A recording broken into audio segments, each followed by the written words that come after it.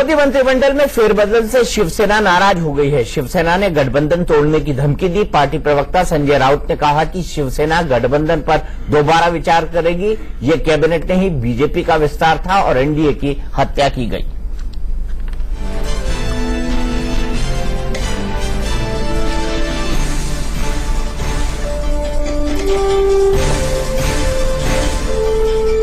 Cabinet का विस्तार नहीं, बीजेपी का विस्तार है, संजय राउत ने कहा। और संजय राउत ये नहीं समझ रहे हैं कि अटल बिहारी वाजपेयी के समय की गठबंधन की परिस्थितियां, वो गठबंधन की राजनीति करते थे, लेकिन मोदी गठबंधन की राजनीति नहीं कर सकते हैं। क्योंकि एक चीज और भी है, क्योंकि अब डिपेंडेंसी फैक्टर होता है, वो कम हो गया। तरह की डिपेंडेंसी तो है नहीं, पूर्ण बहुमत है बीजेपी का। तो लिहाजा संजय, लेकिन एक गलती करेंगे अगर इस ग्राउंड पे ये आज एनडीए तोड़ते हैं कि साहब मुझे शामिल नहीं किया, तो पॉलिटिकली बहुत होशियारी नहीं मानी जाएगी। मेरे ख्याल से ये तब तोड़ेंगे जब कोई हार्डकोर हिंदुत्व का इशू उठाएंगे और उसके बाद कह देंगे कि बीजेपी उस पर खड़ी नहीं उतर रही, या मराठी प्राइड हो सकता है, क्योंकि वो उनका कोर वोट बैंक है। लेकिन ये भी समझना थोड़ा मुश्किल नहीं होगा कि शिवसेना दिन में 24 घंटे होती तो 25 घंटे नाराज रहती है। और बाला साहब ठाकरे हर तीसरे दिन धमकी देते थे कि मैं बाहर हो जाऊंगा, मैं बाहर हो जाऊंगा। दीपक जी, यदि इनको संबंध तोड़ने हैं जल्दी तोड़ लें, क्योंकि बीजेपी के लोग संकेत कर रहे हैं कि उनके 18 में से कम 10 सांसद भाजपा के संपर्क में हैं। अगला लोकसभा चुनाव, विधानसभा चुनाव की तरह भाजपा वहां अकेले लड़ने जा रही है और उन सांसदों पर डोरे डाले हुए हैं। उन सांसदों पर डोरे डाले हुए हैं। 18 सांसद है शिवसेना के पास। मनीष भाई, आपको क्या लगता है, क्या हाथी के दांत खाने के और दिखाने के और है? क्योंकि शिवसेना भी सरकार में रहने के लिए उतनी ही लालायित है, क्योंकि शिवसेना पर अस्तित्व का संकट खड़ा हो सकता है अगर वो देवेंद्र फडणवीस सरकार से बाहर आ जाती है तो। देखिए दीपक भाई, जो ये विस्तार के बाद होना था ये तो होना ही था।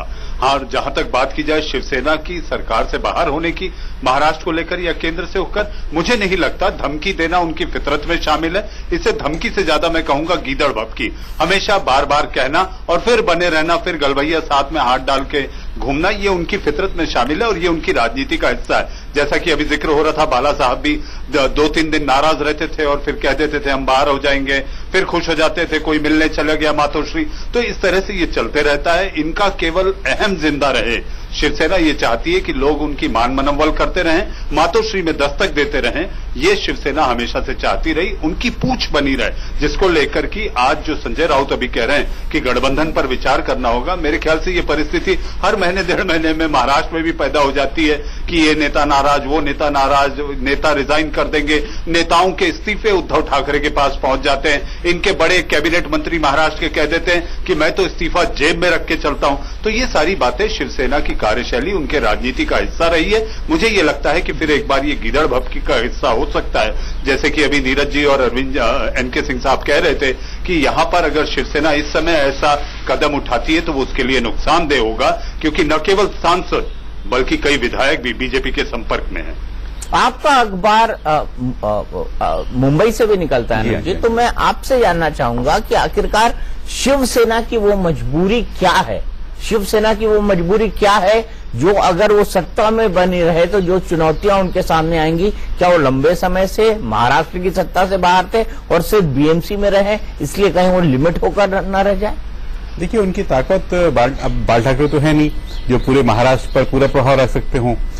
उद्धव ठाकरे की उतनी बड़ी छवि नहीं है जितनी बाल ठाकरे की हुआ करती थी, और क्योंकि कुछ हिस्सा तो राज ठाकरे भी छवि के रूप में ले गए, वोट भले ही उनके साथ कम गए हों। भाजपा का एक गुट ऐसा है, खासकर मिस्टर गडकरी का गुट, जो चाहता है कि राज ठाकरे के साथ समझौता हो जाए, और यदि शिवसेना कुछ समय के लिए भी इनसे दूर रहेगी तो वो तालमेल हो जाएगा और तब शिवसेना शायद हमेशा के लिए बहुत कमजोर हो जाएगी।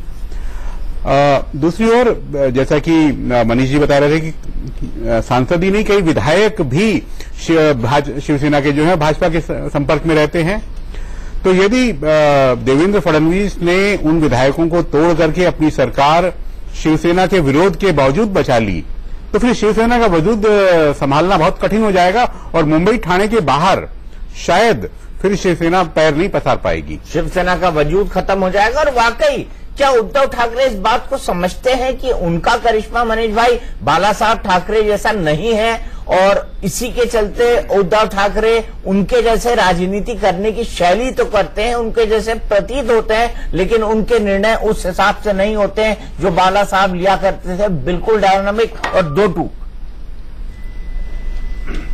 देखिए दीपक भाई, ये आप सही कह रहे हैं। जहां तक कद की मिसाल की जाए कि क्या बाला साहब का कद था और कहां उद्धव ठाकरे, मुझे ऐसा लगता है ये मिसाल करना ही अपने आप में गलत होगा, क्योंकि बाला साहब का जो व्यक्तित्व था, उनकी जो लोकप्रियता थी और उनकी शैली, ये तीनों का अगर मिला जुला भी देखें तो उद्धव ठाकरे उसके पाशंक भी दिखाई नहीं देते।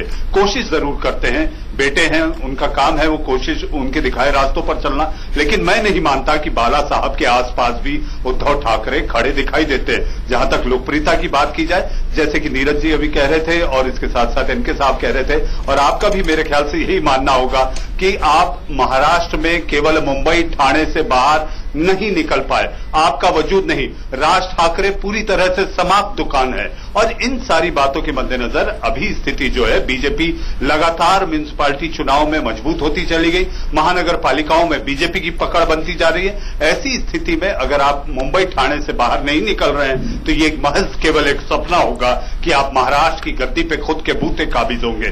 तो ये सोचने की, आत्मचिंतन की और एक तरह से इंट्रोस्पेक्शन की जरूरत है शिवसेना को कि आखिर कहां कमजोर है, उसे क्या करना है और खुद में क्या बदलाव लाने। ये नहीं कि बीजेपी से वो क्या बदलाव चाहते हैं, लेकिन खुद की मजबूती के लिए बदलाव उनमें जरूरी दिखाई देता है। उनमें बदलाव की जरूरत है, लेकिन किसमें बदलाव होगा राजनीति में ये कहना और राजनीति में ये प्रिडिक्ट करना बहुत मुश्किल है। और कम से कम अमित शाह जी और नरेंद्र मोदी जी की राजनीति जो बिल्कुल डायनामिक है, जो बिल्कुल आउट ऑफ द बॉक्स सोचती है, जो ट्रेडिशन के खिलाफ सोचती है, ऐसी राजनीति दोनों लोग करते हैं।